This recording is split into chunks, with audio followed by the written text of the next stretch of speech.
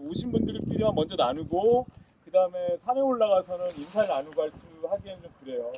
산은 높지 않아요. 지금 올라가는 데는 150m 정도밖에 되지 않은 높지 않은 산인데 올라가는 길이 그러니까 딱 길을 내놓지 않아요. 저희가 올라가는 길이 치고 올라가야 되는 길이 없어요. 저쪽에 길이 나와 있는데 산길을 해놓은 데를 무슨 이렇게 철문으로 다 막아놔서 거기를 쓸 수가 없더라고요. 그래서 그 유족들이 매년 한 차례 정도 길을 냅니다. 근데 길을 내고 버려놓고 난 다음에 다시 또 채워지는 것 같습니다. 저는 오늘 길잡이 맡은 울산 노동역사관의 사무국장 배문석입니다.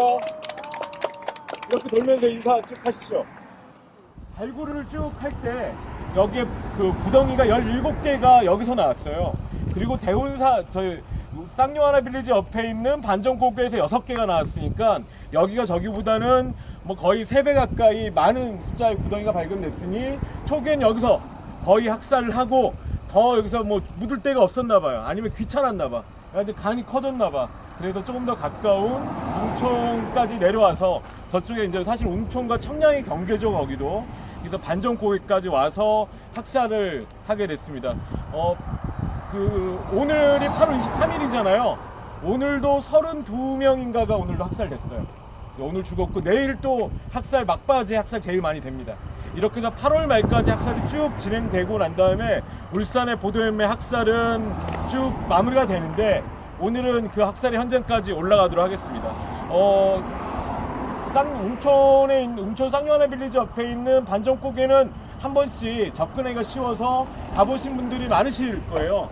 거기에도 이제 표지판들이 쭉 있는데 여기에도 이제 표지석이 위에 올려져 있습니다. 표지석까지 저희가 치고 올라갈 건데 올라가는 길이 가시덤불이 많이 돼 있더라고요. 그래서 어제 올라갈 때 길이 안 보이게, 원래는 길이 다 보이게 돼 있는데 없어서 오늘 애초기를 맨 전사, 우리 민해총 이사장님께서 애초기를 등에 메고 먼저 길을 치고 올라가실 거고요.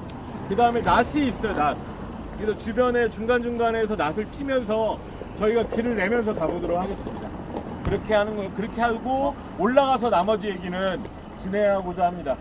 예, 이제 3분 중에 2분이 오셔서 끝인가 아니면 더 오시나? 한 명 더 와요. 한 명 더? 네. 저 설명까지 하고 한 명 더 와요. 예, 예.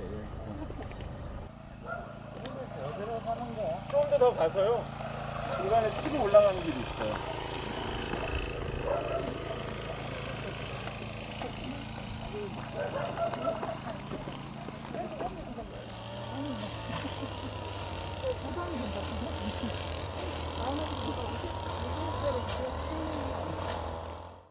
그래서 이제 보통은 오늘 2분이 치고 올라왔던 거를 이제 가을에 명절 앞두고 진행하시는데 오늘 저희가 미리 오늘 사실은 이제 내일 되는 날이 1960년 8월 24일에 합동 장례를 지냈던 날이거든요.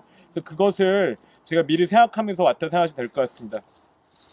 짤막하게 숨을 돌릴 동안 얘기를 하면 보도연맹이 어떻게 만들어졌느냐, 이제 국가보도연맹입니다. 그래서 보도연맹의 보자는 보호한다 할 때 그 보자고요. 그다음 도자는 이끌 도자예요. 지도한다 할 때 그 도자입니다. 그래서 국민을 보호하고 이끄는 연맹이야. 근데 이 보호하고 이끄는 연맹은 어떤 사람들을 보호하고 이끌 거냐라고 하면 실제 사회주의 활동을 했던 사람들, 그 사회주의 사상범들을 전향해서 야, 니들 지금까지는 아주 위험한 데 있었잖아. 야, 국가의 품으로 와. 우리가 보호하고 이끌어줄게. 이렇게 만든 게 국가보도연맹입니다. 똑같은 단체가 일제강점기에는 보국연맹이라는 이름으로, 사상보국연맹이라는 이름으로 1930년대 말 40년대 존재해요. 그때도 똑같았어요. 일제강점기 독립운동 중에 사회주의계열 독립운동이 끝까지 국내에서 세게 박으니까 막 잡아들일 거 아니에요. 잡아들인데 각 지역 형무소에 수용할 수가 없을 만큼 많은 거예요. 수용할 수 없는 만큼 사람이 많으니 수용에 문제가 생긴 거야. 어떡하지? 야, 니들 법정에서 반성문을 쓰면, 그리고 감옥에서 니들이 전향서를 쓰면 풀어줄게. 사람들 관리가 먼저 중요했던 겁니다. 그래서 반성문을 쓰고 그 집행유예로 나오거나 아니면 옥에서 전향서를 쓰고 풀려난 사람들을 언제든지 변절할 수 있어, 다시 또 바뀔 수 있으니까 사상보국연맹이라는 이름으로 사상 보훈연맹이라는 이름으로 묶어놓은 겁니다. 마찬가지로 일제강점기 때 그렇게 했던 것을 똑같이 일제강점기에 검사나 판사를 했던 사법계열의 신이라고 부역했던 이들이 해방공간에서 사회주의와 그다음에 그 북쪽의 소련, 남쪽의 미군이 등장하면서 양냉전 체계가 이루어진 상태에 남한 내에서 친일파 부역자들이 살 길을 찾은 거죠. 야, 사회주의 때려잡는 데는 우리가 일제강점기 때 많이 했거든. 미군정에 딸랑딸랑한 겁니다. 그러면서 아까 사상보국연맹을 만들었을 때 일제강점기에도 거기에 관련된 사상치안법이 있었어요. 똑같은 법을 그럼 우리도 만들자. 그래서 만든 것이 국가보안법이 되는 거죠. 국가보안법은 1948년 11월에 만들었으니까 지금으로 치면 국가보안법의 역사가 72년이 되는 거죠. 국가보안법 역사는 72년이 됩니다. 국가보안법을 먼저 만들고 난 다음에 거기에 근거해서 만들게 된 건데 국가보안법이 등장한 것은 여러분 그 제주 4.3 항쟁이 1948년에는 4월달 일어나잖아요. 4월 3일이니까. 그러면 4.3에 그 차출돼서 민간이 진압에 이제 차출되는 병사들이 반란을 일으키잖아요. 우린 못 가. 여수와 순천에 있는 14단 그 사단의 그 군인들이 반란을 일으켜서 그게 여순 사건이라고 얘기도 하고 여순 항쟁이라고 얘기하는 사건이 10월달에 발생한단 말이에요. 그래서 4월달에 발생한 4.3 항쟁, 10월달에 발생한 여순 항쟁 이어서 야 반란을 일으켜 큰일인데 야 국가법을 빠르게 만들어. 그래서 부실하게 만들게 되는 겁니다. 아주 급조해서 헌법에 있는 규정들을 어겨가면서 그 당시에도 논란이 많았어요. 그렇게 만든 국가보안법으로 아주 첨예하게 써먹었던 것이 바로 국민보도연맹을 운영하는 방식이었던 거죠. 48년 때까지만 해도 제주의 4.3뿐만 아니라 여순 반란뿐만 아니라 각 지역이 좌우간에 대립이 벌어져요. 46년 말, 46년 10월, 47년 넘어가면서 그 도시 내에서는 이제 붙었을 때는 경찰 병력이 꽉 짜여지니까 그러니까 사회주의 계열이 산으로 올라가기 시작합니다. 야산대, 그 뒤에는 뭐 빨치산으로 잠시 불리게 했던 산에 올라가서 싸우는 군대가 만들어지게 되는 거죠. 도시에서가 아니라 바로 이곳을 거점으로 합니다. 여러분이 서 있는 이 대운산 일대가 이 울산 남부 지역 그 야산대 중심 거점이었어요. 동부 지역은 신불산, 간월산 이 근처죠. 거기 영랑 알프스라고 얘기하는 그곳이 천왕산까지 쭉 있는 그곳이 그 동부 지역의 그 야산대 근거지라면 바로 이곳이 근거지가 됩니다. 또 다른 지역이 범서 인근 지역도 역시 야산대들이 산에 많이 있었습니다. 그러면 48년과 49년 초까지만 해도 그리고 50년대까지도 이제 야산대가 먼저 48년 내려옵니다. 49년이 바뀌면서는 이제 올라갑니다. 토벌하러. 그래서 처음엔 내려오는 공세가 많았어요. 근데 49년을 거치면서는 토벌하는 공세가 많아집니다. 그래서 공세와 토벌이 엇갈린 상태에서 48년 말에 국가보안법 그리고 49년에 국가보도연맹을 만들면서 국민보도연맹을 만들면서 대규모 전향 작업을 하는 거죠. 여러분들한테 나눠드렸던 자료에 그 전향 작업에 관련된 그 글들이 있었어요. 여기 보면 참여하고 돌아와라. 예? 민족 상잔의 뭐야? 방지. 참화 방지. 그래서 각 경찰 사법기관에 있는 사람들이 성명을 낸 거죠. 전향을 하는 겁니다. 여기에도 보면 사상 전향의 박차. 어려운 단어네요. 박차. 사상 전향의 박차를 위해서 사람들을 전향시키는 겁니다. 그때 자수기간을 설정해요. 이 기간까지 자수하면 봐줄게. 자수하지 않고 전향하지 않으면 그때는 아작 없어. 그 기간에 잡혀 들어가는 사람이 13만 명이 새롭게 잡힙니다. 역시 48년을 거치면서 더 이상 수용할 데가 없었던 거예요. 그래서 적극적으로 보도연맹 형태로 묶기 시작한 거고요. 보도연맹에 들어간 사람 중에 유명한 사람 중에 여기 있는 이 안경 쓰고 이 정갈하게 양복 입으신 분이 우리가 부르는 뭐 가곡과 대중가요가 섞인 노래 중에 향수라는 노래 아시잖아요. 뭐 넓은 골 동쪽 끝으로 이거 옛이야기 그 노래 그 노래 원시의 작가인 향수를 쓰신 정지용 작가입니다. 이렇게 명망 있는 사람들 앞에 내세웁니다. 카프 활동을 했었거든요. 근데 이 당시에 정지용 작가가 전향하기 직전까지는 월북했다는 소문이 파다했습니다. 근데 사람들이 잡으러 오는 거예요. 카푸도 역시 구속 대상이잖아요. 빨리 전향해라. 네 삶을 보장해 준대. 설득합니다. 회유합니다. 그래서 이분이 성명서를 내는 거예요. 내가 월북했다고 하지만 그건 사실이 아니다. 기자회견을 통해 얘기합니다. 나는 국민보도연맹에 들어가겠다. 이렇게 전향하는 거죠.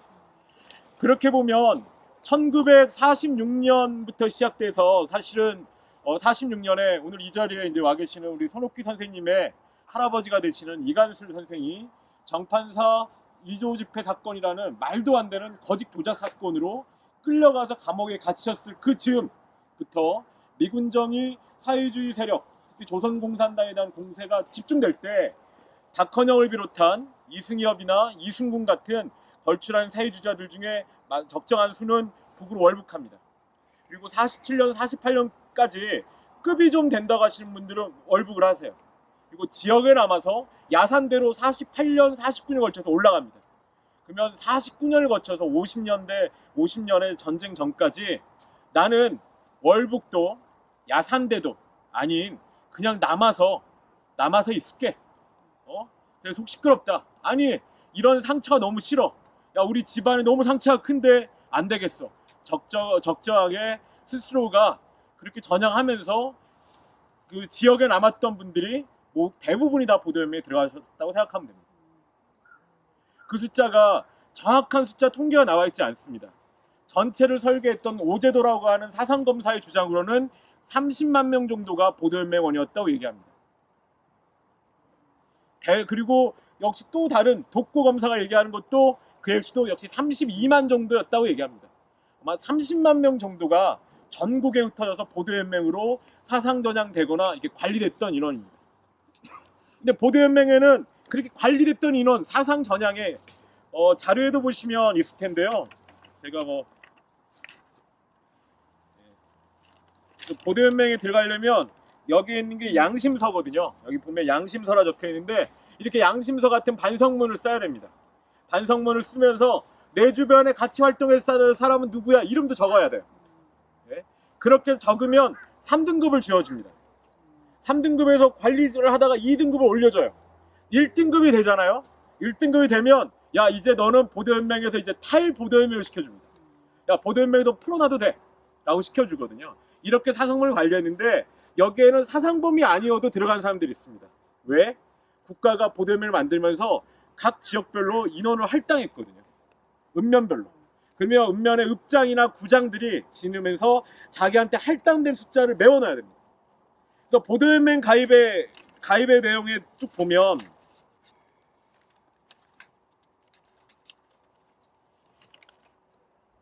그런데 우리 쪽 얘기가 아니에요. 보수 쪽, 오제도 검사 이런 사람들이 얘기하는 거예요. 거기에 남노당이나 이쪽으로 가입했다고 하는 사람도 온전히 믿을 수 없다. 왜냐면 그 사람들이 남노당이나 이런 데 이름만 얹혀놓은 사람도 많았다. 애청이나 이런 조직에도 거기도 이름만 얹혀놓은 사람이 많았기 때문에 뒤로 갈 때 전체적으로 전체 숫자가 있지만 무고한 사람이 더 많지 않았을까? 근데 이제 저는 이제 반문이 있죠. 왜냐면 그 무고한 사람이 많았을까라는 것 때문에 우리가 한동안 이 민간인 학살을 얘기할 때 민간인 학살이 아니라 앞에 양민 학살이라는 말을 붙였거든요. 양민 학살은 선량한 인민한 뜻이잖아요. 왜냐면 억울하게 죽은 거야. 선량한 사람이 죽었다는 거잖아. 근데 사회주의 계열이면 불량해? 그건 아니잖아. 사회주의 계열이면 무고한 게 아니라 뭐 죽을만 했어? 그건 아니잖아요. 사실 모든 학살은 죽을만 하지 않은 사람들이었죠. 나는 이미 국가가 정한 자수기간에 걸쳐서 자수한 사람들이고, 그리고 그것과 거리를 두고 자신의 그 공간에서 그냥 살아가던 보통 민간인이나 마찬가지였던 사람이거든요. 이미 큰 결의 하신 분들은 바로 이 자리에 있죠. 도시 안 있거든요. 저 같은 사람들은 여기 못 와요. 산 타는 거 너무 힘들거든요. 저는 절대 빠치 잘 못합니다. 야산대 못하거든요. 그렇게 큰 결의 하시고 몸도 되시고 체력도 되시는 분들이 올라가는 거지. 이런 분들이 야산대를 할 수 있다고. 우리 같은 경우는 못 한단 말이에요. 그러니까 그런 분들을 학살이 된 거죠. 학살의 시점이 오는 것은 한국전쟁입니다. 한국전쟁 기간 한국군 피해 사망자 13만 명, 유엔군이 5만 명, 북한군은 52만 명이 죽었다고 그래요. 중공군이 13만 명이 죽었습니다. 한국군의 사망자보다 더 많은 숫자의 피해자를 보면 북한 민간인이 28만 명, 실종이 79만이에요. 합치면 100만 가까이가 되고요. 남한 민간인은 24만 명이 사망합니다. 그리고 23만 명의 사망자 외에 학살당한 숫자가 12만 명입니다. 12만 명의 민간인이 학살당하는 거죠. 그 중에 12만 명 학살자 중에 절대 지분이 보도연맹원이었습니다. 라고 죽는 거죠. 한국전쟁의 한국 군인, 정규 군인보다 민간이 더 많이 학살된 사건이니까 실제 지금도 전쟁이 벌어지면 군인보다 민간이 훨씬 더 많이 죽을 수 있는 거죠. 지금도 이라크나 이런 소식 보면 뭐 결혼식 하고 있는데 미군이 폭탄을 잘못 떨어뜨려가지고 결혼식장에 모인 하객들 다 몰살시켰다더라. 이런 이야기들이 벌어질 수 있는 거죠. 한국전쟁 기간에 한강에 인도교는 이미 부쉈고요. 한강 철교를 부서뜨리고 다 이제 퇴각합니다. 군인이 퇴각할 때 서대문 영무소에 수용되고 있었던 사상범들은 처형 못했어요. 그 중에 3명만 죽입니다. 그래서 땅을 칩니다. 이거는 국방백서에 나와 있는 말이에요. 국군의 역사를 기록하고 있는 국군사에 보면 이 내용이 있어요. 서대문 영무소에서 사상범을 정리하지 못하고 온 것이 너무 문제다. 대전 영무소부터 죽이자. 대전 영무소에서 사람들을 싸그리 죽인 게 혁혁한 성과다 라고 하는 게 우리나라 대한민국 국군의 역사를 기록한 문서에 작성이 되어 있습니다. 이때 우리 사람의 이관수 선생님이 대전 영무소에서 끌려 나와서 권룡골에서 학살당했고요. 가장 많은 숫자의 학살이 대전 지역, 대전 옆에 대덕 연구단지 카이스트 있는 그 지역에서 가장 많은 학살자 첫 번째 납니다. 그 뒤로 후퇴할 거 아니에요. 후퇴하면서 줄줄이 죽입니다. 그러다가 낙동강전선이 그어지잖아요. 대구 경북 지역에서 이제 대구 영무소에 수감되는 사람들 끌고 와서 우리가 경산 코발트 광산에서 학살했던 얘기 나오죠. 바로 경산 지역에 끌고 와서 죽입니다. 그래서 우리 가장 최고의 학살지는 대전 대덕, 두 번째는 대구 경산. 그리고 내로부터는 이제 조금씩 다 죽이고 왔잖아요. 낙동강전선이 펼쳐지니까 이때부터는 사람들을 죽이고 내려오는 게 아니라 가둬놓습니다. 대표적 공간이 울산입니다. 울산이 대전과 대덕, 대구 경산을 제외하고는 가장 많은 숫자의 민간 학살이 일어난 지역입니다. 울산은 지역은 인민군의 군합발이 단 한 번도 닿은 적이 없던 땅이었어요. 이 지역에 끌려간 사람이 한 1200명 이상이 울산 경찰서에 끌려갔습니다. 70년 전 7월 달부터요. 7월 5일부터 해서 끌려갑니다. 8월 초까지 끌려가서 갇혀 있는 거야. 심사합니다. 그리고 8월 초부터 모두 12차례에 걸쳐서 사람들 끌고 나와서 죽였습니다. 이렇게. 끌고 나올 때는 이거는 대전에서 학살할 때 사진이 미 국무부에 남아 있었어요. 예, 종군 기자가 찍은 겁니다. 이렇게 트럭에 싣고 가는 거예요. 트럭에 싣고 새벽에 사람 밤에 싣습니다. 다 철사줄로 양손을 묶죠. 묶은 사람 뒷짐을 짓고 포박을 해서 사람을 이렇게 싣고 울산에서는 적을 때는 2명, 많을 때는 200명 가까이를 실었습니다. 그러면 버스 트럭 한 대로 실을 때도 있고 트럭 2대 이상이 동원됐던 적이 있는 거죠. 그러면 우리가 왔던 바로 저 길을 즈음에 내려준 거예요. 우리가 주차한 즈음에 내린 겁니다. 이렇게 해서 뒤에 결박이 된 상태에서 사람들을 총불을 겨눠서 사람들이 오는 거죠. 구덩이는 이미 파 있었다고 합니다. 올라온 사람들이 구덩이를 파지는 않았고요. 이미 경찰의 지시로 인근 관서에 있는 주재소의 경찰들이 구덩이를 파놨답니다. 야, 오늘 우리 간다! 라고 하면 전날에 파놓는답니다. 그러면 올라와서 우리가 쭉 타고 왔던 길로 올라온 사람들이 이렇게 구덩이에 집어넣고 총살을 한 거예요. 다른 지역은 사람을 한 명 한 명 이렇게 말뚝을 박아서 말뚝에 결박해서 사살한 지역도 있어요. 그런데 울산 지역은 말뚝을 박아서 사살한 흔적은 발견되지 않았고 큰 구덩이들만 있으니 구덩이 근처에서 학살하고 그 자리에서 아마 묻었을 겁니다. 그래서 이 자리에서 최소 제가 볼 때는 이 대운산 17개 구덩이에서 600명 정도가 여기서 학살됩니다. 오면서 우리가 발굴한 그 구덩이가 17개였으니까 각각의 구덩이에 17명이니까 600명 정도면 어떤 때는 한 20-30명씩 묻혔다고 봐야죠.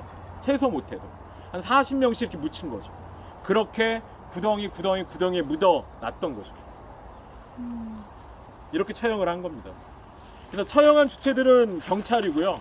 그 다음에 방첩부대라고 얘기하는 CIC, 특임부대라고 합니다. 특수 임무를 가진 부대라고 해서 줄여서 특임부대입니다. CIC에서 진행을 했고, 김해, 울산, 청도 지역이네. 아까 제가 말씀을 김천이 아니라 청도인데, 발견된 자를 보면 김해 인구가 17만 6천 명이고 울산과 당시 18만 9천이었는데 보도연맹원 수는 김해는 993명, 울산은 1561명, 그리고 희생자는 김해는 750명, 울산은 870명 정도로 추정합니다. 근데 이 870명은 과거사위원회가 조사 결과 항상 낼 때 최소라는 단어를 항상 앞에 붙입니다.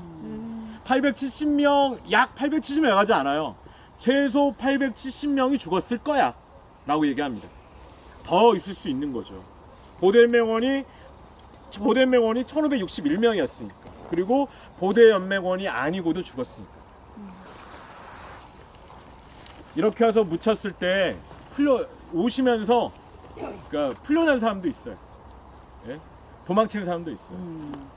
철사줄 결박이 약해서 풀고 트럭에서 굴러 떨어져서 고랑에 숨어서 울산을 벗어나서 저 멀리 남쪽에 가서 숨어서 전쟁이 끝날 때까지 돌아오지 못하신 분이 있어요.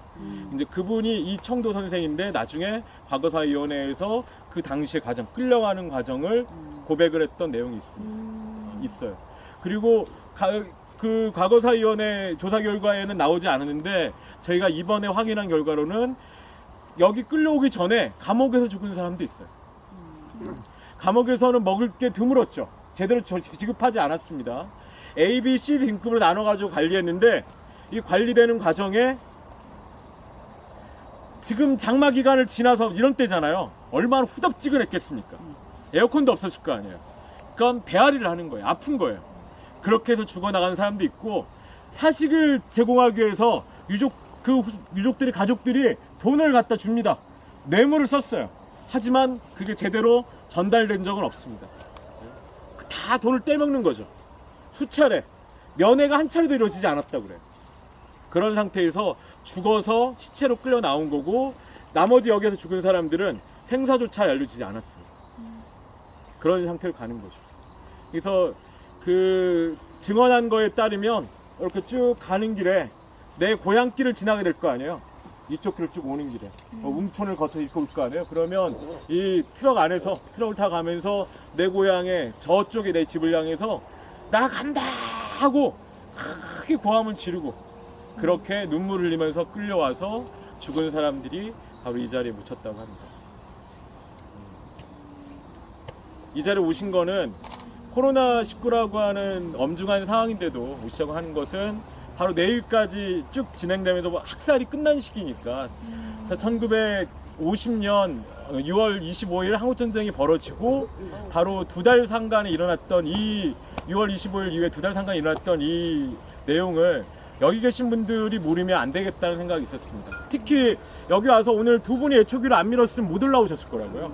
올라오기 어렵습니다. 이렇게 길이 나 있잖아요. 이쪽 길은 저쪽에 장안휴게소까지 이어지는 길이에요. 그래서 그쪽부터 올라와야지 되는 길이고 이미 길이 다 막혀 있습니다. 그래서 아까로 치고 올라오는 길이 아니었으면 찾기가 어려우셨을 거기 때문에 가끔 장안휴게소부터 등산하시는 분들은 등산 코스를 가다가 이곳을 발견했다고 블로그에 올려놓으신 분도 있더라고요.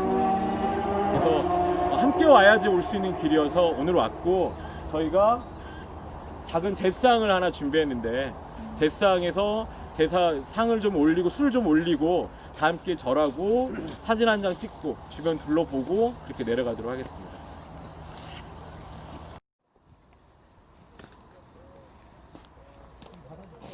원래 여기 다 우거져 있었는데 아까 와가지고 정리해가지고 이제 보이는 거예요.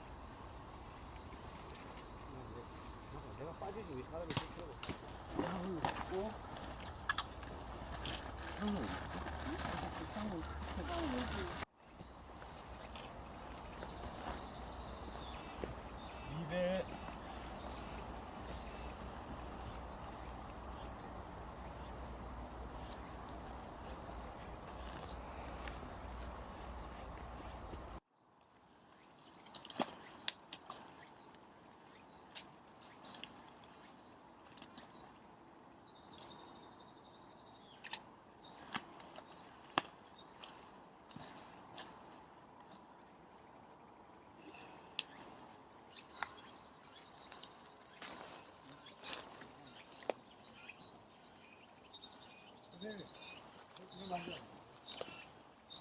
집안에도 두 분이 외가적으로 큰 사위 두 분이 아마 여기에서 돌아가셨을 거거든요.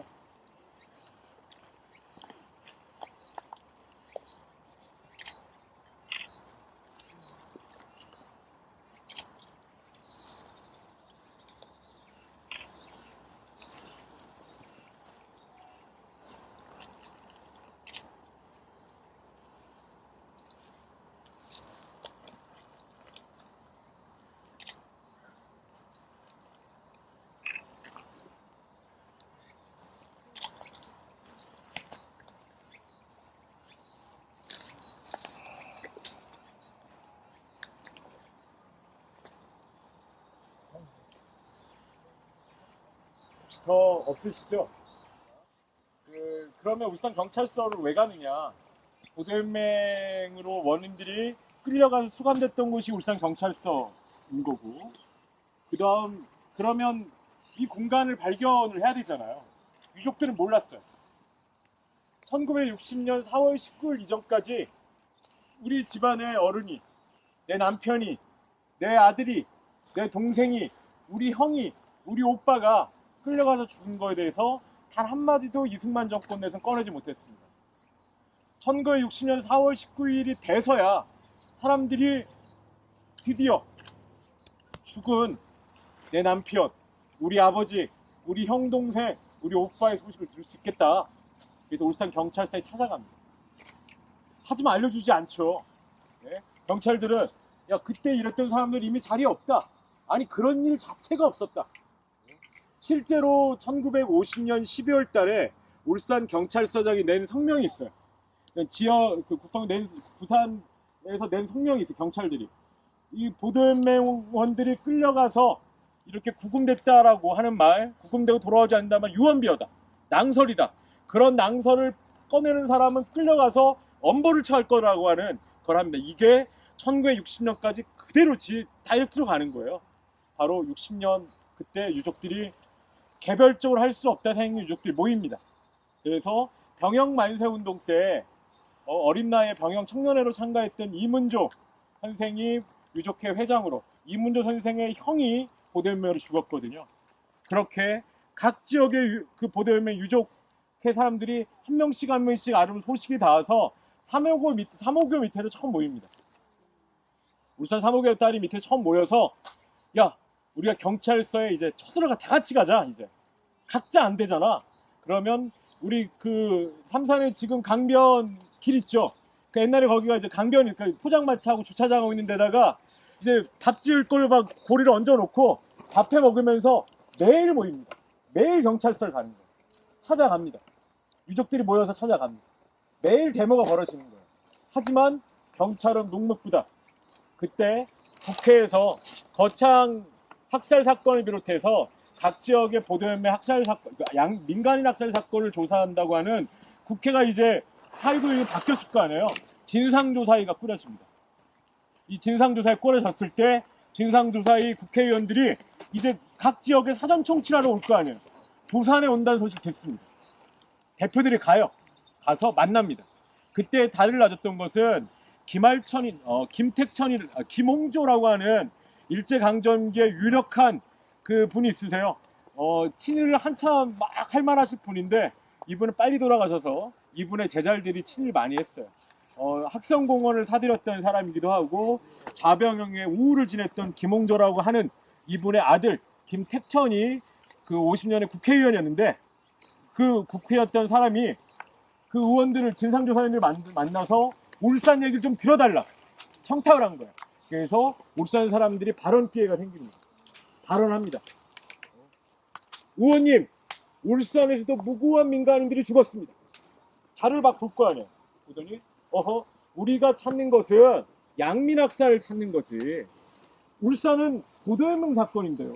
이 양민 아니지 않습니까? 이럽니다. 그러면 이문조 선생님 그럽니다. 무슨 소리냐? 보도연맹이 원이라고 한 사람들이 다 무고한 사람들이 다 명단에 올라가서 간 사람이 태반이고 그 사람들이 왜 무고한 사람들이 아니냐? 항의를 하죠. 그 이야기가 2, 30분 진행되는 이야기가 여러분 자료집에 드렸던 그 자료를 볼 수 있습니다. 녹취록으로 속기록으로 담겨져 있는 내용이거든요. 그렇게 진행되고 난 다음에 낙담했을 거 아니에요. 돌아왔는데 울산 경찰서 연락이 옵니다. 뭐지? 갔더니 아유 선생님들 우리가 어렵게 찾았습니다. 1950년에 여기까지 트럭을 운전했던 트럭 운전기사를 찾았어요. 트럭 운전기사를 찾은 거예요. 트럭 운전기사가 어디쯤에 내려졌다는 얘기를 해줍니다. 그래서 그 트럭 운전사와 정보과 형사들과 함께 이 근방을 찾아요. 여기와 저기 반전고개를 이 근방까지 뒤졌어요. 보니까 이 근방인 것 같아. 대충 찾아봐도 심각해. 이때부터 본격적으로 유족회를 더 늘려야 된다. 야 이거 우리끼리는 못 파네. 대운산만 해도 높은 데잖아요. 유족회 한 50명 모여가지고 50명이 도저히 엄두가 안 나는 거예요. 유족회를 모읍니다. 사람들 늘려서 돈도 모으고 사람도 모으고 관 50개를 만들어 큰 관 50개를 들고 8월 20일 날 발굴합니다. 8월 20일 며칠 전이었죠. 하루 종일이 걸렸대요. 그래서 이제 땅거림이 질 쯤까지 처음에는 관 50개면 충분할 줄 알았더니 50개로 안 되는 거야. 뼈마디에는 발목과 손목에는 녹슨 철사줄이 묶여져 있고 발견한 두개골만 825개야. 탄피들을 긁어서 모으니까 탄피가 3관이나 되는데 탄피 자국, 사람 머리카락, 여기 이런 것들이 당장 이 자리에 흔적들을 찾으면서도 눈물을 흘리면서 수습했을 거예요. 누구 뼈인지도 모르잖아요. 그러다가 여기에 최말선이나 천말선 이름으로 도장이 하나 나와. 야 이거 우리 거 아니야. 이거 내 동생이야. 여기 옷고름에 마구저우에 뭐가 있어. 야 이거는 우리 아버지 거야. 이렇게 찾은 건 소수일 뿐이고 결국은 그 관에 다 못 담으니 큰 마대자를 가지고 와서 이걸 꾸역꾸역 수습하기를 하루 종일을 수습해서 트럭에 다시 실습니다. 그리고 경찰서 찾아갑니다. 우리가 이제 그 경찰서 자리를 갈 겁니다. 찾아가니 경찰들이 콤비백산에 도망갑니다. 한참을 거기서 시위를 하다가 가지고 온 유골을 수습해야 되지 않느냐. 그 유골을 수습하여서 논 자리는 백양사 본당이었어요. 그래서 오늘 저희가 경찰서 백양사 본당에 갑니다. 오늘 여기서 저희가 와서 절을 드리는 거는 이 자리는 이미 찾지 못한 유골이 있을 수도 있죠. 뭐가 남아있는지 모릅니다. 제가 사실 오면서 여쭤봤어요. 저희 박현효 선생님한테 제사상은 준비했는데 여기에는 이미 흔적만 남아있는 자리다. 그 다음 백양사에다가 모셨는데 백양사에서 제사를 지내야 돼요? 여기서 지내야 돼요? 했더니 선생님께서 이게 우리 유교적으로 보면 뼈한테 제사를 지내는 게 아니라 그 정신, 사상에 지내는 거니 여기 와서 해도 무방하겠다 하고 나중에 백양사 앞에 가서도 술이 남고 제사 음식이 남으면 거기서 한 번 더 술 붓자 이러시더라고요.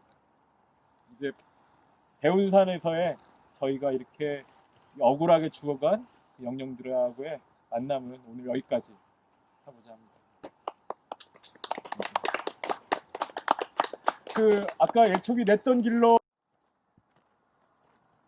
내리막길에 가면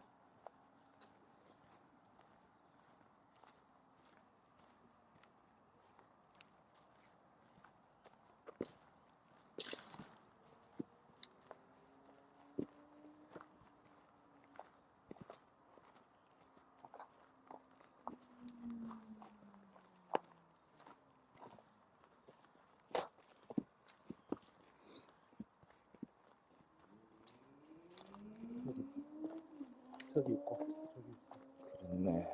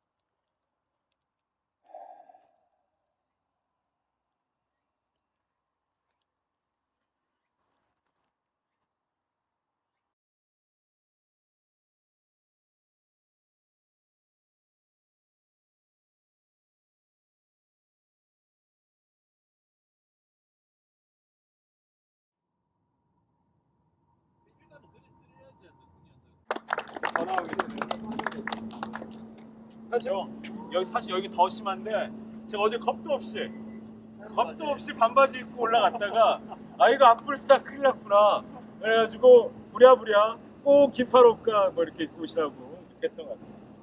이쪽은 더요 지금 전쟁도 엉망진창. 그래서 낯을 가지고 해보려고 했는데 애초기 선생님들이 계셔가지고 역시 문명은 생명을 많이 파괴하는구나 이런 생각합니다. 뒤늦게 여기부터 결합하신 분이 두 분이 계세요. 두 분 인사 듣도록 하겠습니다. 반갑습니다. 저는 김영순이라고 합니다. 네, 요 근처 가까이 오셔가지고 가까이 생명과 오셨는데 평화를 지키는 일을 하세요. 아니 배트로 모르겠어요. 네, 안녕하세요. 저는 김민경입니다. 연예인. 연예인 울산에서 유명하신 분이죠. 그 백양사에서 맨 마지막 마무리할 때 함께 부르는 노래 하시려고 어깨에 기타까지 메고 와주셨습니다. 뭐 앰프 시설이 없어서 뭐 공연이 아니라 함께 부르는 노래로 오늘 해주시려고 얼마 전부터 말씀드렸기 때문에 준비를 많이 해오셨을 거예요. 선생님, 네. 저희 때문에 여기 화장하신 건 아니잖아요. 네. 네. 오늘 행사가 따로 있어가지고 코로나 때문에 막 행사가 많이 취소되고 해서 많이 힘드신 우리 지역의 문화예술인입니다. 바로 이제 이곳이 그 울산 경찰서 자리잖아요. 경찰서 더 위쪽으로는 법원이 있었습니다. 그리고 법원 자리는 그러니까 일제강점기 울산에는 법원이 계속 있지 않았어요. 법원이 있다가 지법으로 있다가 없어지고 난 다음에 법원 출장소로 있었어요.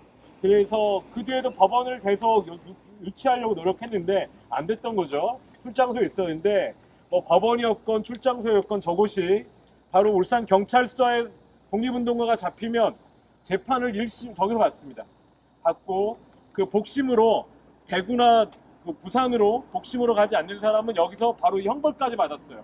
그래서 일제강점기에 병영 만세운동을 하고 병영 만세운동에 참가한 사람들 중에 그 태영 60도 그 곤장을 60대 맞는 거죠. 언양 만세운동을 하고 태영 30도 곤장 30대를 맞거나 남창 만세운동을 하고 만세운동 이후에도 그 독립운동을 하다 끌려온 사람들은 여기에서 수감 생활을 하고 그 태영은 1919년 이후에는 3.1 만세운동 이후에 없어진 거예요. 만세운동 때까지는 곤장을 맞았거든요. 그래서 그렇게 그 형일 집행을 여기서 바로 했던 그런 아픔이 있는 공간이었죠.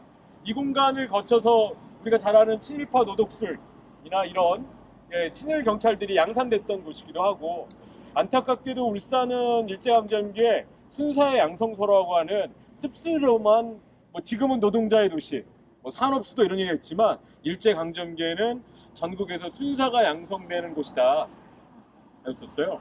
저는 이거를 잘 해석해 보려고 최대한 해석해 보려고 그만큼 독립운동가가 많아서 독립운동가를 많이 때려잡아야 되니까 순사가 많이 필요하지 않았겠냐. 순사가 양성되려면 승진해 가야지. 승진해 가면 빈자리가 남으니까 그만큼 독립운동가 많이 때려잡기 위해서 순사가 많이 필요했겠다. 저는 그렇게 막 열심히 해석을 해봤거든요. 근데 아니었어요.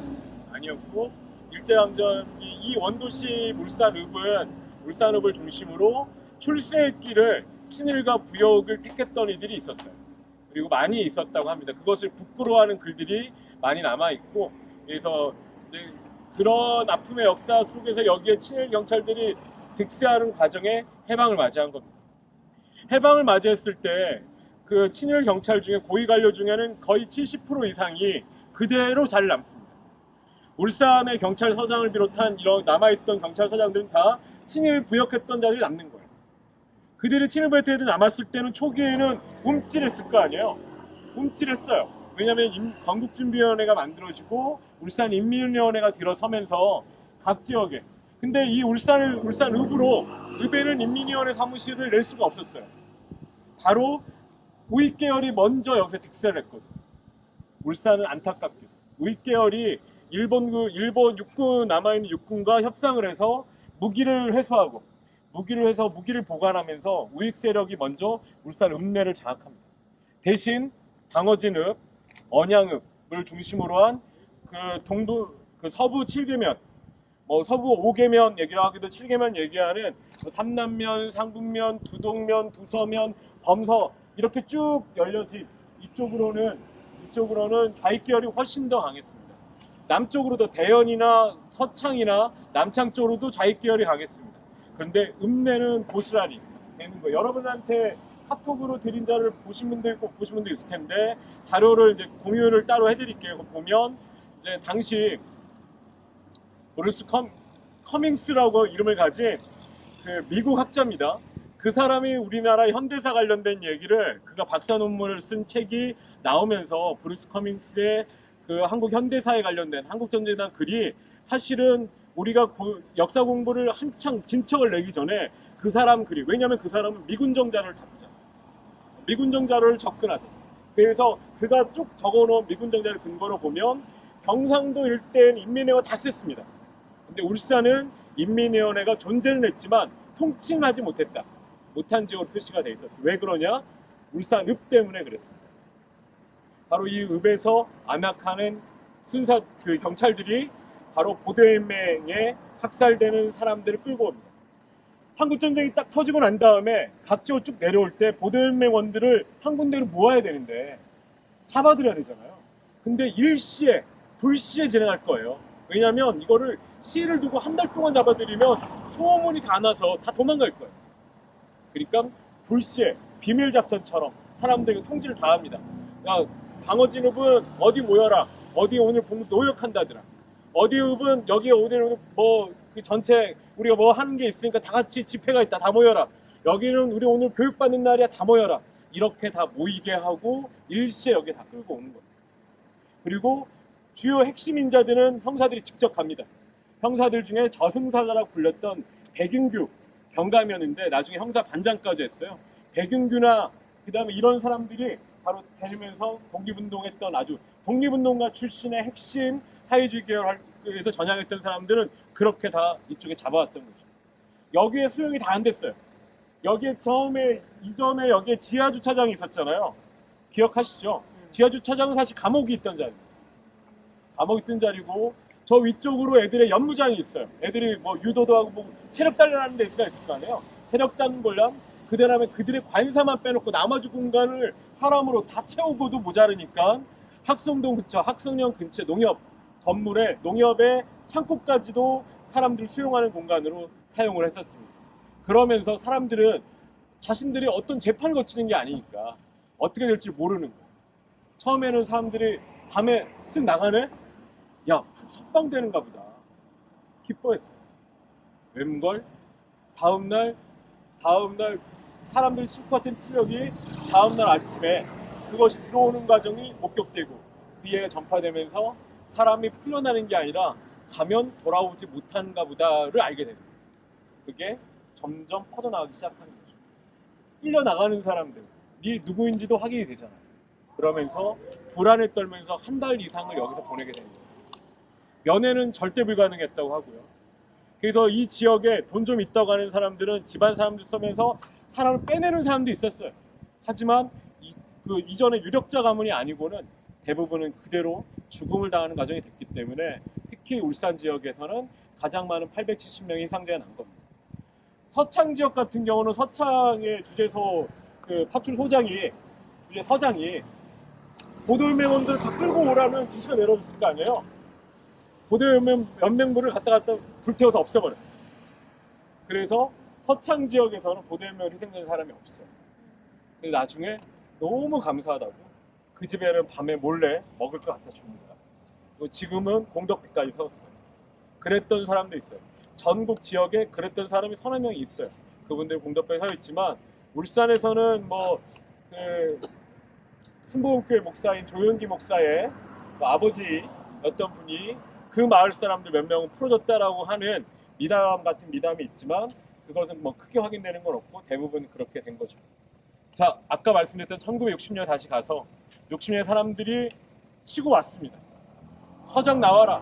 난리가 났어요. 그런 상태에서 유골은 그대로 이 근방에 다 유골을 실은 870개의 두개골을 실은 유골함을 실은 트럭들이 옹기종기 모여있는 상태에서 경찰서 앞에서 시위가 벌어졌겠죠. 1960년에 울산 경찰서 앞은 보도연맹원들뿐만 아니라 수탄시가 계속됐던 때입니다. 4월 19일 날 학생의거 이후에 4월 23일 울산 공고생을 비롯해서 울산 지역 학생들이 거리에 나와서 5월 초까지 계속 여기 6차례 거리 시위가 여기서 벌어졌었거든요.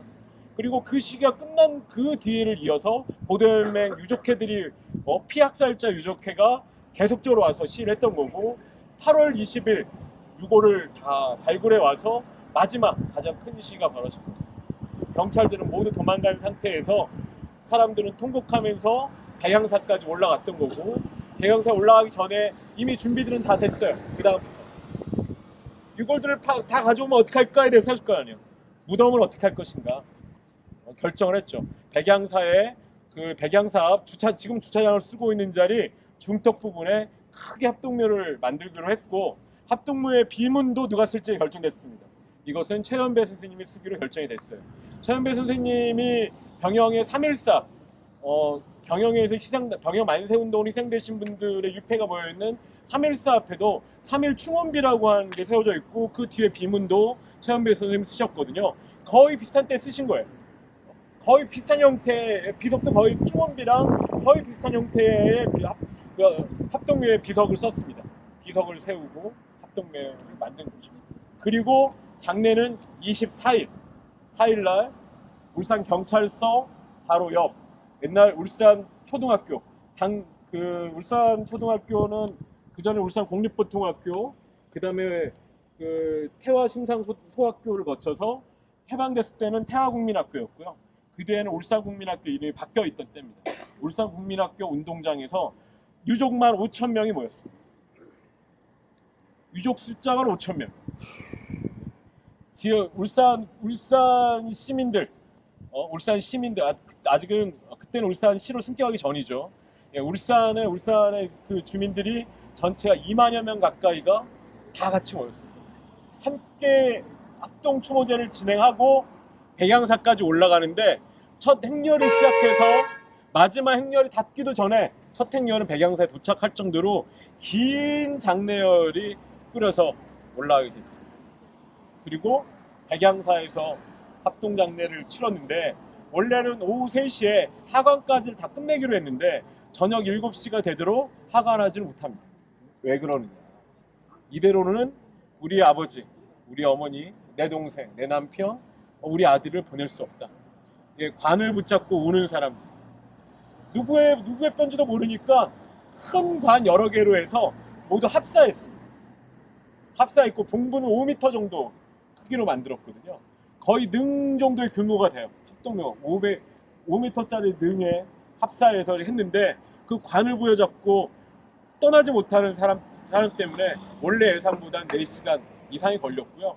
네, 그리고 묘의 장례를 치르는 데에도 유족들 분통이 터지잖아.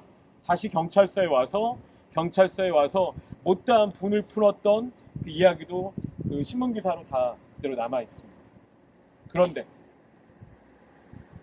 이게 더 슬픈 거죠.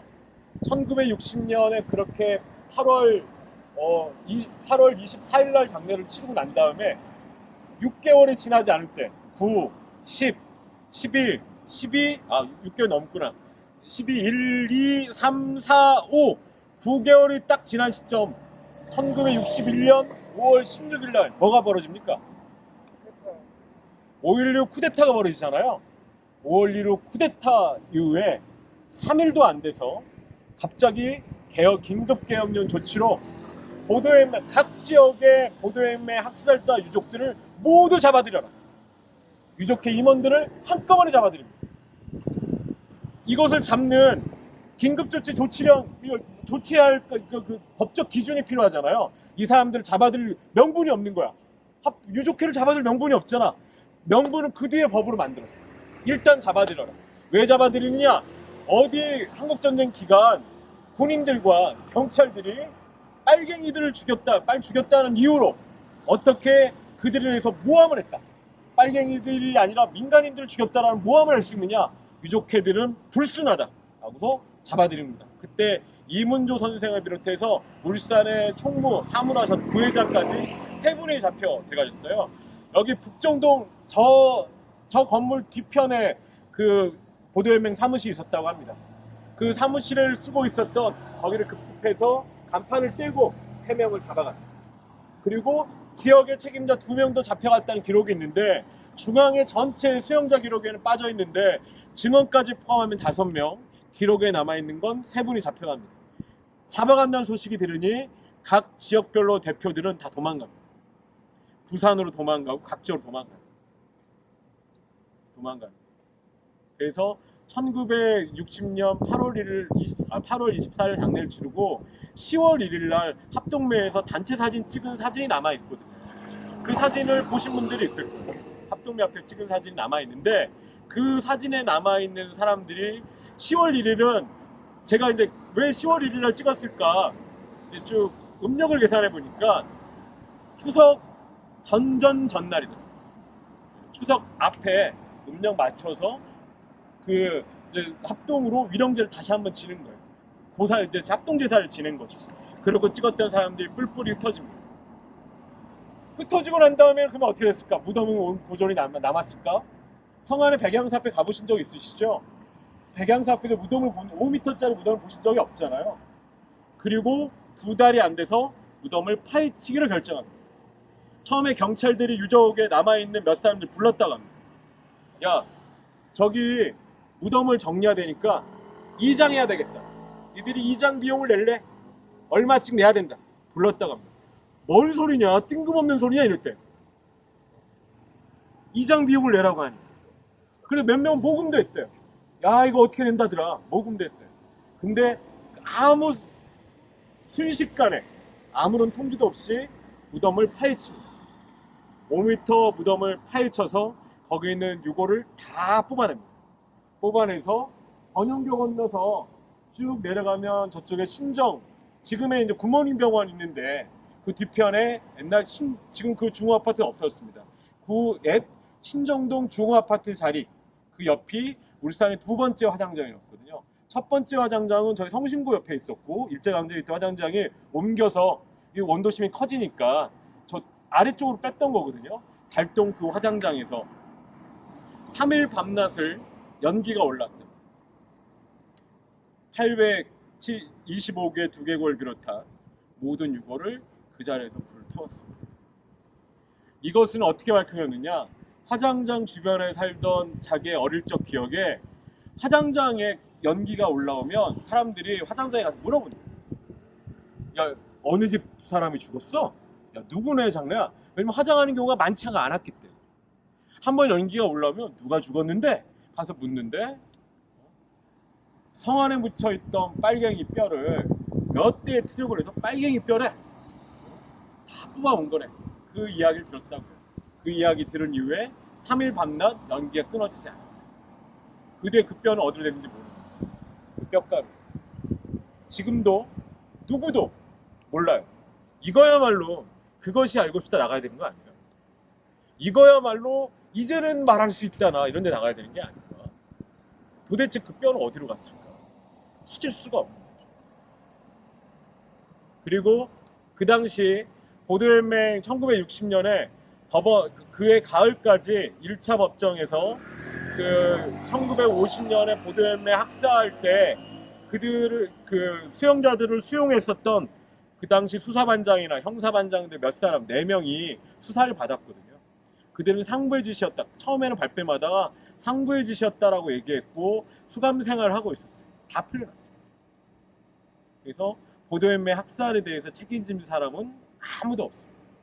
민간인 학살로 처벌을 받은 사람 아무도 없고 오히려 그 민간인 학살에 대해서 10년 만에 가슴에 10년 동안 울분을 담고 유골을 찾기 위해서 죽은 날 어디서 죽었어? 언제 죽었어? 죽긴 죽은 거야. 그것을 10년 동안 꼭 입에 담고 있다가 10년 만에 겨우 찾아내서 눈물 흘리면서 유골을 수습해서 장례를 치렀던 유족들에게는 그 뒤로 30년 넘게 30년이 뭡니까? 40년이네요. 2006년에 과거사 진실과 화해를 위한 과거사위원회가 울산시에서 울산의 보도연맹 사건을 직권조사하겠다라고 하고 울산 각지에 현수막을 걸고 드디어 사람들에게 신고를 받겠다고 하기 전까지 보도연맹에 대한 이야기는 입 밖에도 꺼내지 않았습니다. 심지어 저기 우리 손옥희 여사님이 계시는데 이간술 선생님 비석을 95년에 세웠어요. 비석을 다시 세우고 95년에 세우고 얼마 안 돼서 97년인가 그게 깨져서 뽑혔는데 이간술 선생님의 그 처형에 대한 죽음이나 이 집안에서도 그런 얘기는 보도연맹에 대한 그 유족이지만 이 집안 내에서 그것은 금기사항입니다. 어디든. 가장 안타까운 거는 저는 이간술 선생 집안뿐만 아니라 독립운동을 했던 집안이에요.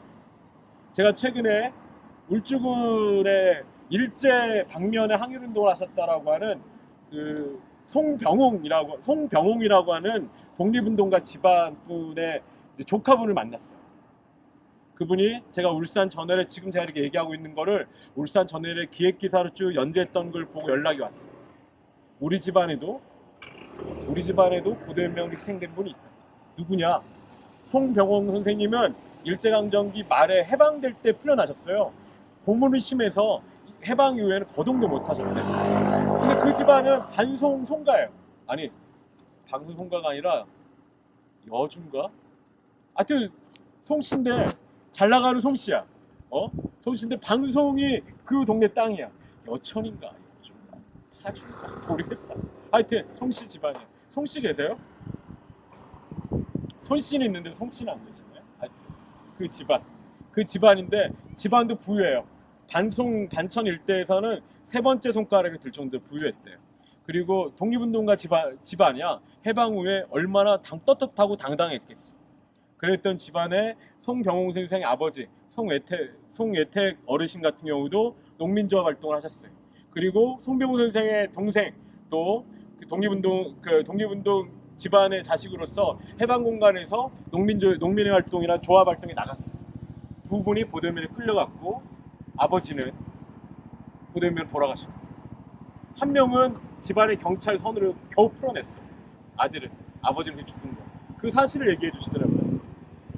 송병호 선생도 독립운동가 집안이잖아요. 마찬가지로 성구에 보성학교의 성세빈, 박학규, 그 다음에 보성학교의 교사였었고 신간회 활동했던 장기준, 장병준 현재는 모두 7명이 보도연맹으로 끌려가서 5명이 죽었습니다. 그리고 5명 외에 3명은 보도연맹 사건 이전에 1948년에 백색 테러로 총살당해서 죽었어요. 그리고 박학규 선생 집안은 5명이 보도연맹으로 박학규 선생님은 초대 방어진 읍장까지 했던 지역을 대표하는 어린이였어요. 끌려가서 죽었습니다.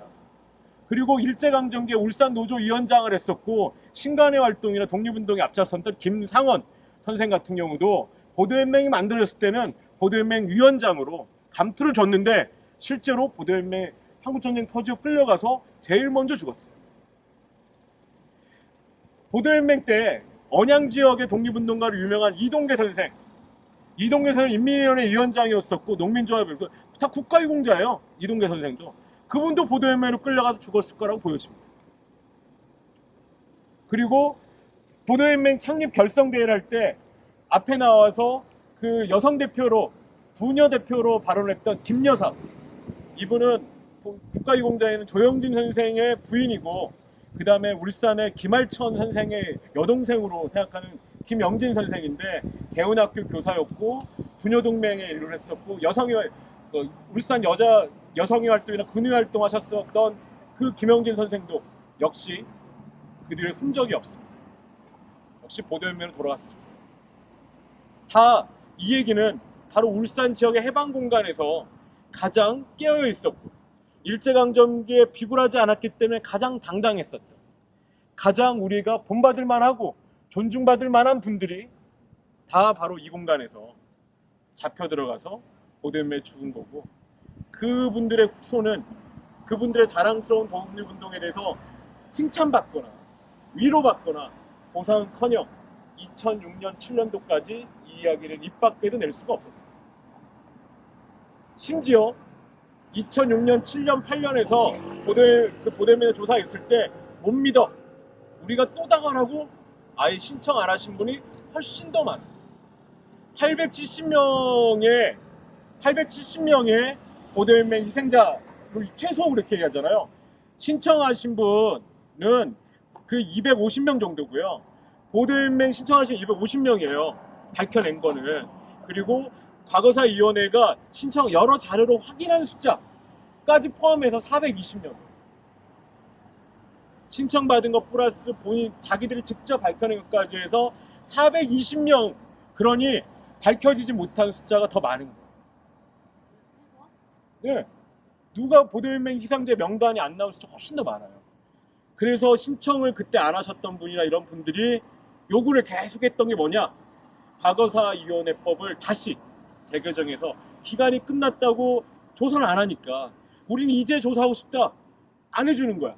과거사법을 재개정해달라는 요구를 계속했습니다. 형제복지원 얘기 들어보셨어요? 작년에 과거사법을 재개정해달라고 형제복지원 분들이 고공농성을 하기도 했었습니다. 농성을 했었죠. 마찬가지예요. 과거사법은 보도연맹뿐만 아니라 과거에 있었던 현대사에 대한민국 정부 출범 이후에 억울했던 모든 일들을 조사해달라가 과거사위원회. 현재복지원은 그때 포함이 안 돼 있었거든. 초기 일기에서. 그러니 과거사법을 재개정해서 우리를 조사해달라. 그래서 과거사법 이야기 나오면 현재복지 같이 나오는데 형제복지원뿐만 아니라 울산의 보도연맹의 나머지 희생자분들의 이야기도 이제 조사할 근거가 마련됐습니다. 20대 국회 맨 마지막 국회에서 통과됐어요. 회의에서. 맨 마지막에 통과됐어요. 네? 선거 끝나고 한 게 열렸잖아요. 국회가 한 번. 선거 끝나고 한 번 말 열렸던데 통과가 됐어요. 그래서 가운데 열리는데 재개정될 때 배상에 대한 내용은 빠졌습니다. 배상에 대한 국가배상 내용은 빠진 채 통과되는데 상관없다. 재판하면 되지. 근데 유언을 여야 동수로 짜게 돼 있어요. 5.18 광주 진상위원회가 여야 동수로 짜는 이 진상위원 때문에 한창 씌우다 겨우 시작했어요. 과거사위원회법이 올해 통과가 됐지만 아직까지 위원 소집도 못했어요. 시작해서 3년이 기한을 주어지는데 아직 시작을 못하고 있어요. 여러분들이 주목해야 될 이야기가 바로 이 자리에 있어요. 그리고 올해 보도연맹 관련된 위령비는 전국에 다 세워져 있어요. 여러분 민간인 학살을 기념하는 것 중에 제일 큰 데는 노군리에 비행기 폭격으로 돌아가신 분들을 다룬 노군리 평화공원에 거창, 함양, 밀양이든 어디든 인근 경주에도 보도연맹 위령비는 다 세워져 있는데 울산은 드디어 올해 10월달에 세워집니다. 울산시에서 공고한 걸로 고시공고로는 12월까지가 사업기한입니다. 그래서 장소는 기상대 근처예요. 약사동, 저기 함월산 저쪽 동편 끄트머리 기상대 근처에 세워지는 걸로 현재 잡혀 있습니다. 저희는 그걸 세우기 전에 계속 요구했던 거는 비만 덜렁 세우지 말고 평화의 공원을 만들면 어떨까? 치유의 평화의 공원으로. 그래서 사람들이 지나다니면서 볼 수 있도록. 아까 대운산도 갔지만 대운산 들어가는데 입구에 표지판도 없잖아요. 여러분 또 한번 찾아가 봐라 하면 길눈 좋으신 분 빼놓고는 못 찾을걸? 애초기 전사를 앞세우지 못하면 다음번에 또 올라가지 못할 가능성이 너무 높습니다. 그 공간을 찾아가 보는 것은 이게 역사의 3교육이 될 수 있다는 게 저 같은 사람들의 주장입니다. 그리고 똑같이 아까 웅천 쌍용하나 빌리지 옆에 있는 반전고개 공간도 표지판을 세우는 게 뭐 어렵다. 근데 울산은 독립운동가 표지판 세우는 것도 궁색하고 이런 아픔에 대해서 다독거리는 것도 인색합니다. 심지어 이관 선생의 비석은 97년 문민정부 시절이야. 민주화운동하고도 10년이 지난 때 보수단체 분들이 오셔가지고 안 뽑아? 우리가 뽑는다. 부셔버릴 거야. 협박을 했단 말이에요. 작년 가을에 그 협박이 못 이겨서 집 앞 밭에다가 묻어놨던 비석을 13년 만에 꺼냈습니다. 생가 바로 옆집 앞에다가 임시로 제가 세워놨어요. 가서 보니까 비석의 옆면에 망치로 두들겨서 깨진 자국이 그대로 남아있어요. 그 사람들이 어떻게 했는지 아세요? 선바유교에서 세웠던 비석을 뽑아가지고 우리가 알아서 처리할게. 그런데도 뒤따라와가지고 묻는 과정 직전까지도 와서 망치질을 했다고 합니다. 집안 사람들이 피하면서 묻은 거예요. 그래서 꺼내보니 망치 자국이 그대로 남아있습니다. 범서 이반마을에 가시면 그 비석을 만날 수 있습니다. 저희 바람은 그 비석도 원래 있었던 자리, 선바위 공원에 그 자리에 가서 다시 세워질 수 있기를. 이가수 선생이 서거한 지 70년이 지났잖아요. 남북 화해, 한반도 평화 이런 얘기 하잖아요. 그 아픈 상처의 길은 여기서부터. 그리고 전국에 12만 명의 학살을 얘기하는 이 정도의 숫자의 학살은 그 민간 학살 사사망쟁으로 2만 명 죽었다 얘기합니다. 세월호 때 죽은 숫자보다도 울산 보도연맹 때 죽은 숫자가 훨씬 더 많잖아요. 죽음의 무게를 몇 명의 숫자로 저울에 잴 수는 없다고 생각합니다. 그건 당연하죠. 하지만 그 죽음 하나를 잊고 있는 죽음에 대해서는 해야 된다는 거죠. 물론 노무현 대통령이 울산 보도연맹 관련돼서는 대통령이 직접 와서 그 사과하지는 않았지만 영상으로는 사과한 바가 있습니다. 국가 사과했고 국가 배상도 그 전까지 계속 패소했던 거를 울산 보도연맹 사건을 시작으로는 모두 다 승소하고 있는 과정도 있습니다. 배상으로 받은 돈, 희생자는 8천만 원, 그 배우자는 4천만 원, 형제는 3천만 원이에요. 그 8천만 원, 4천만 원 그 돈의 크기가 중요한 건 아니었던 거예요. 재판에 들어간 비용보다도 많다고 할 수도 없어요. 그때 쓰였던 시간보다도 5년이 걸렸어요. 하지만 배상의 금액이 중요한 게 아니라 그분들은 명예가 회복됐다. 국가가 명예회복의 기회를 줬다고 얘기합니다. 지금 이 공간이나 백양사에 묻혔다 빼내신 분, 나 자신의 뼈가 어디로 갔는지 모르는 채 유족들이 찾고 있는 바로 그분들의 혼령들, 그분들 숫자를 더 찾는 거 정도 남아있고, 더 찾아야 되고, 거기에 대해서 더 그것을 위로하고, 또 사회적으로 겪고 있는 트라우마를 치유하는 게 필요하다고 생각합니다. 저는 울산에 온 지 이제 20년 정도 됐고요. 원래 울산 사람이 아닌데도 울산의 역사를 쭉 봤을 때는 내가 살고 있는 도시니까, 내가 살아갈 도시니까 그랬습니다. 울산은 저같이 이주민들이 많잖아요. 이주민이 9대 1입니다. 이주민의 자식을 원주민을 빼야지 7대 3이 돼요. 9대 1의 원주민이 훨씬 적은 도시란 말이에요. 근데 이주민들이 내가 살고 있는 땅이 어떤 역사가 있는지를 모른 채 살고 하다가 이런 역사가 있어서 알면 충격받죠. 여기에 그런 아픔이 있어서 충격을 받는 거예요.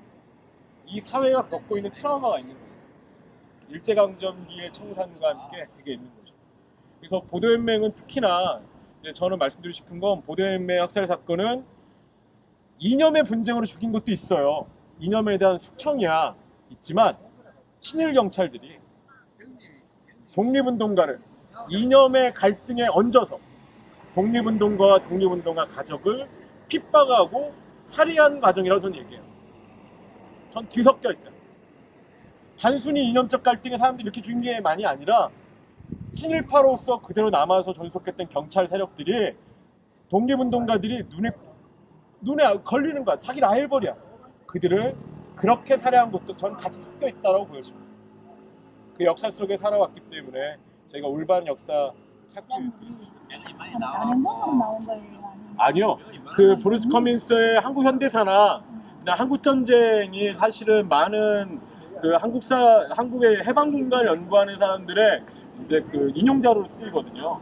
그 인용자료에 경남 지역이 인민위원회가 셌기 때문에 울산이라는 지명이 드러나고 그 다음에 학살 과정에 대한 이야기들이 단편으로 들어있죠. 그러니까 네. 자기 저작물에 어떤 논문이나 이런 거에 아주 짧게 들어가 있는 예, 울산 지역의 해방공단의 상황들에 대해서 들어가 있어요.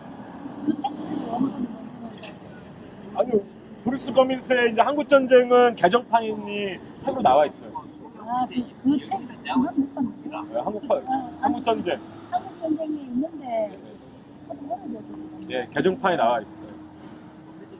그리고 보도연맹 관련된 자료는 그 울산전회를 연재했던 자료도 보시고 과거사위원회 자료에 2007년도 하반기 보고서에 울산 보도연맹 관련된 내용은 잘 담겨 있습니다. 그래서 나머지 내용들은 서로 공유를 하는 걸로 하고자 합니다.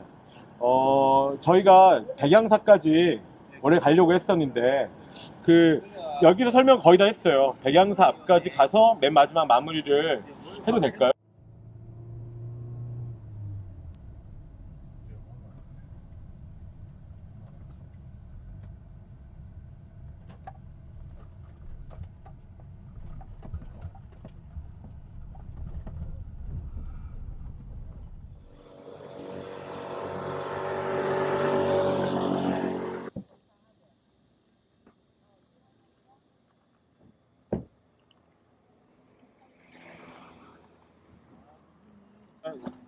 그 선생님 그러면 이관술의 큰 사위, 그러니까 둘째, 그러니까 큰 딸, 큰딸. 큰 딸, 그렇지, 큰 딸. 이게 되는 거죠. 예전에 그 허리에 돈대 들고 서울 갔던 네. 딸이구나. 그리고 큰 딸이 되는 거고 여기 그 이분이 이제 그 보도연맹 여기 유가족회에 부회장 하셨던 분이시고 그렇게 됩니다. 장례식 때 조사를 했다고 이분이. 제문 읽고 했던 아. 아줌에 그렇구나. 방송하시는 거예요? 여기 이제 여기 딸. 어. 이 딸로서 여기 참가를 했었으니까. 어. 그 아빠 묘소 이렇게 발굴할 때도 가고 그래. 그랬던 기억 가지신 분들이 많이 있으세요. 사촌 언니.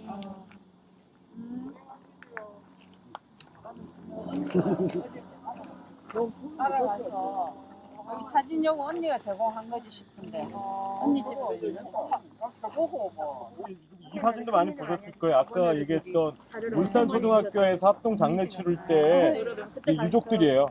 거기 네, 유족들 안동마을에 다 이렇게 이게 그리고 비문 최연배 선생님이 쓰셨던 비문입니다. 그리고 이 비문이 그대로 아까 있는 거고 여기 보면 유족이 아까 5,000명 왔다 그랬잖아요. 그래서 제목이 5천의 울음 그칠 줄 몰라. 당시 이제 부산일보에 8월 24일 장례 치르고 그 다음날 25일자 신문에 나왔던 거거든요. 그래서 유족들 모습이고 장례 치르고 있는 모습이죠. 그래서 뭐 학살된 유골 파낸 하산길에 뭐 이게 이제 그거는 아까 20일날 하산길에 통곡의 데모를 했다, 통성의 데모를 했다라고 하는 통곡의 데모를 했다라는 기사예요. 그래서 이렇게 하고 난 다음에 이제 요거를 진행하신 거죠. 그리고 아까 요 사진에 나오는 대로 이게 합동면대 이제 여기 날짜가 10월 1일이니까 추석 앞에 이게 마지막 그 합동 참배가 됐을 거예요. 왜냐면 그 뒤에는 바로 그것을 겪은 거니까요. 요거는 사진이 자료 다 많이 있어서 보실 수 있을 거예요. 근데 이제 이미지가 좀 작고 크고 이런 차이가 있으니까 그런 거죠. 그리고 이관수 선생님 이게 아까 딸이라고 하는 거고 이분이 아까 북정동에 사무실에 있었다고 했잖아요. 이분이라고 하니까 이런 걸 발견하네. 그러면 이분 중에 한 분이 이문조 선생님이시네. 누굴까? 내가 나중에 이걸 찾아야 되는데. 지금 유족회 분들은 모르시거든. 이건 다른 사진이다. 이거 다른 사진이야. 예, 다른 거. 다른 거. 이거 키우진네. 평화초등학교에 합동 일용제. 합동교회에서 요 언니가 준 사진은 이거다. 예. 요 맹 앉은 자리는 똑같은 것 같은데. 이거 똑같죠? 아니다. 반대인데 지금 이게 비석이 이쪽에 있네. 아니, 그치. 네.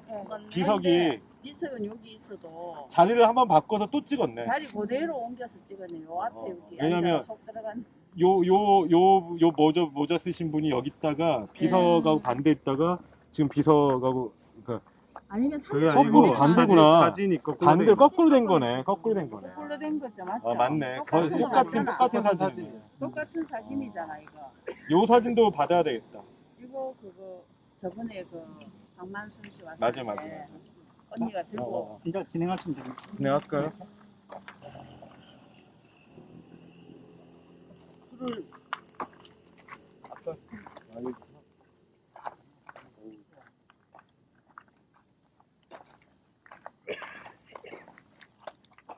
저희가 이 자리에서 이렇게 제사를 지냈던 거는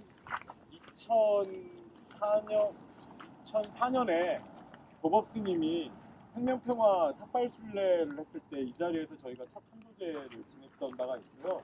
실상사의 스님들이 오셔서 지냈었고 이제 얼마 전에 백양사에서 이제 이쪽 공간을 여기에다 힐링센터를 짓고자 하시는데 힐링센터를 지으려고 보니 땅에 얽힌 이야기 중에 보도연맹의 죽음에 대한 이야기가 있더라.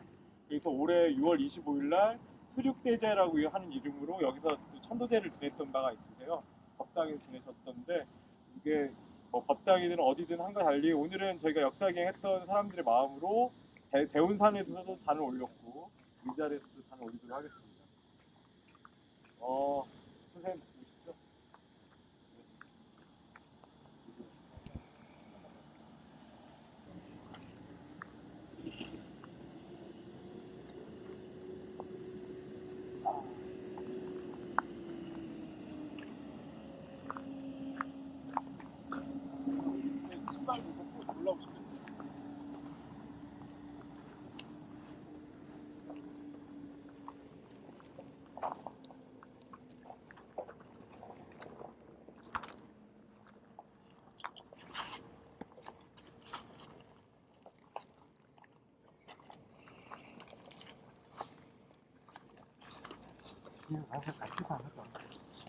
함께 제례하겠습니다.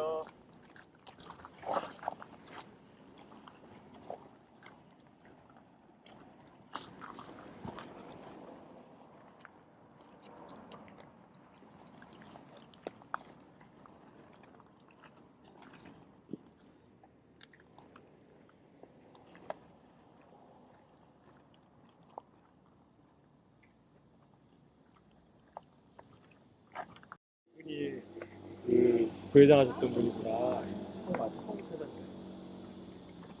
세대가 지나가면 사진이 남아있어도 누가 누군지 못 알아보고. 그래 못 알아봐. 그래서 그 독립운동가 이름이랑 내용 찾는 게 힘들어요.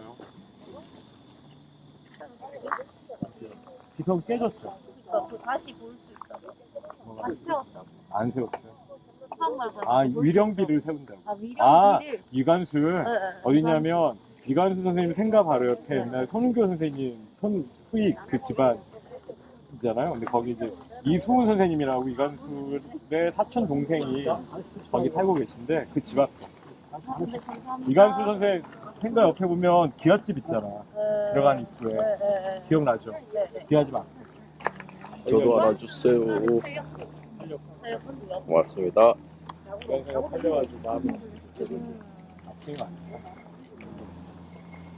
그 비석은 왜냐면 그 비석이 묻혀 있는 땅도 집을 파신 분의 소유로 돼 있거든. 야 저걸 또 팔리면 또 어떻게 되겠나? 이거 못 가는 되나? 이거 뭐 혹시나 어떻게 될지 근데 모르는데 엄청 거기 오는 거 싫어하시던데 그 집주인분이. 지금 집주인 당연히 싫어하죠. 왜냐면 이게 자기 집이니까. 오지 말라면. 노래 한잔 하나씩 들고 갑시다. 그분이 싫어하시지. 싫어하시고 갈 필요 없어요. 어떻게 해요? 그분은 그걸 이해를 못 하시죠.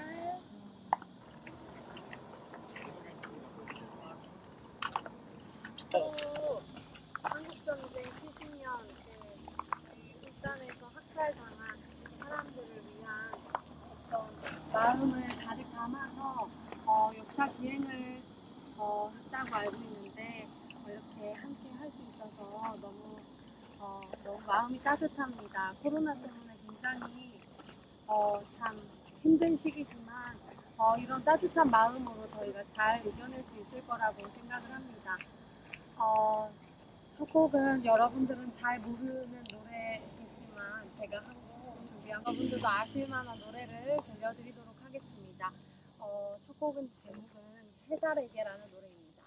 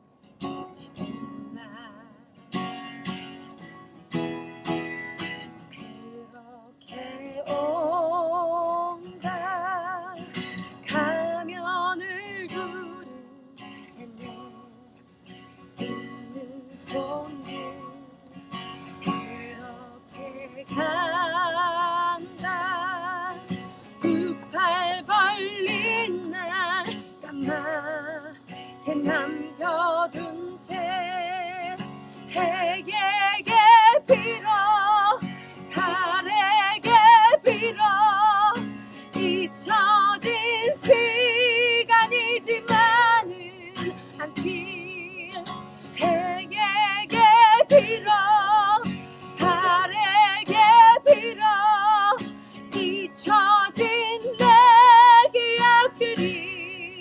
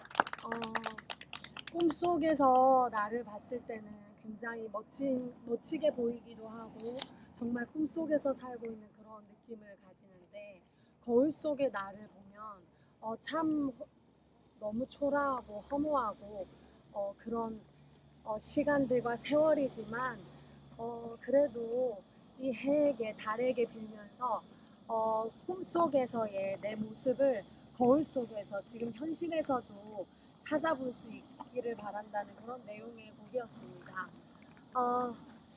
다음 곡은요, 네, 여러분들 다 아실만한 노래 김광석 씨의 곡으로 일어나라는 곡 들려드리면서 저는 여러분들과 함께하는 이 시간 마무리하도록 하겠습니다. 뜻깊은 시간에 함께할 수 있어서 진심으로 네, 영광이고 많이 기억에 남을 것 같습니다. 일어나 들려드리도록 하겠습니다. 감사합니다.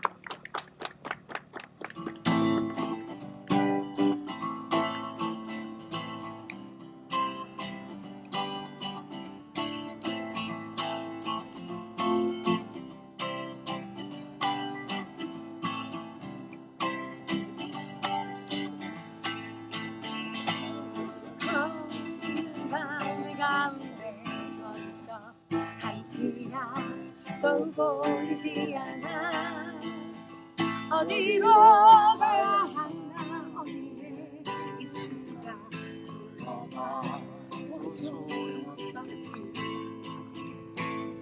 인생이란 강물을 조처럼 떠간다가 어느 고요한 호숫가에 닿으면 물과 함께 썩어가겠지 일어나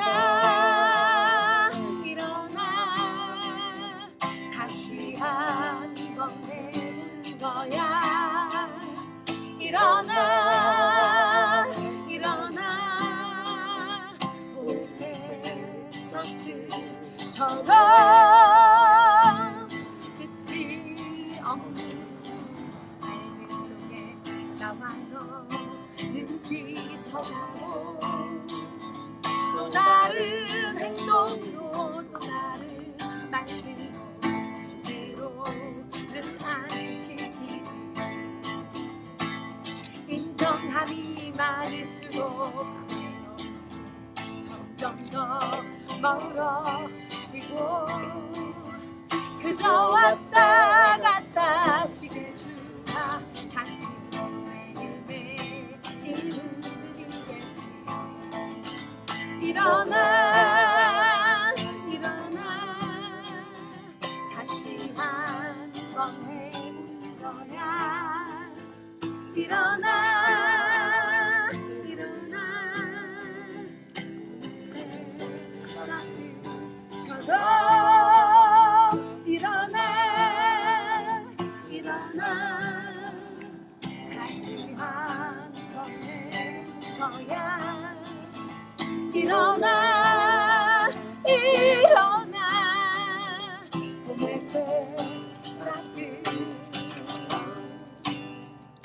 새싹들처럼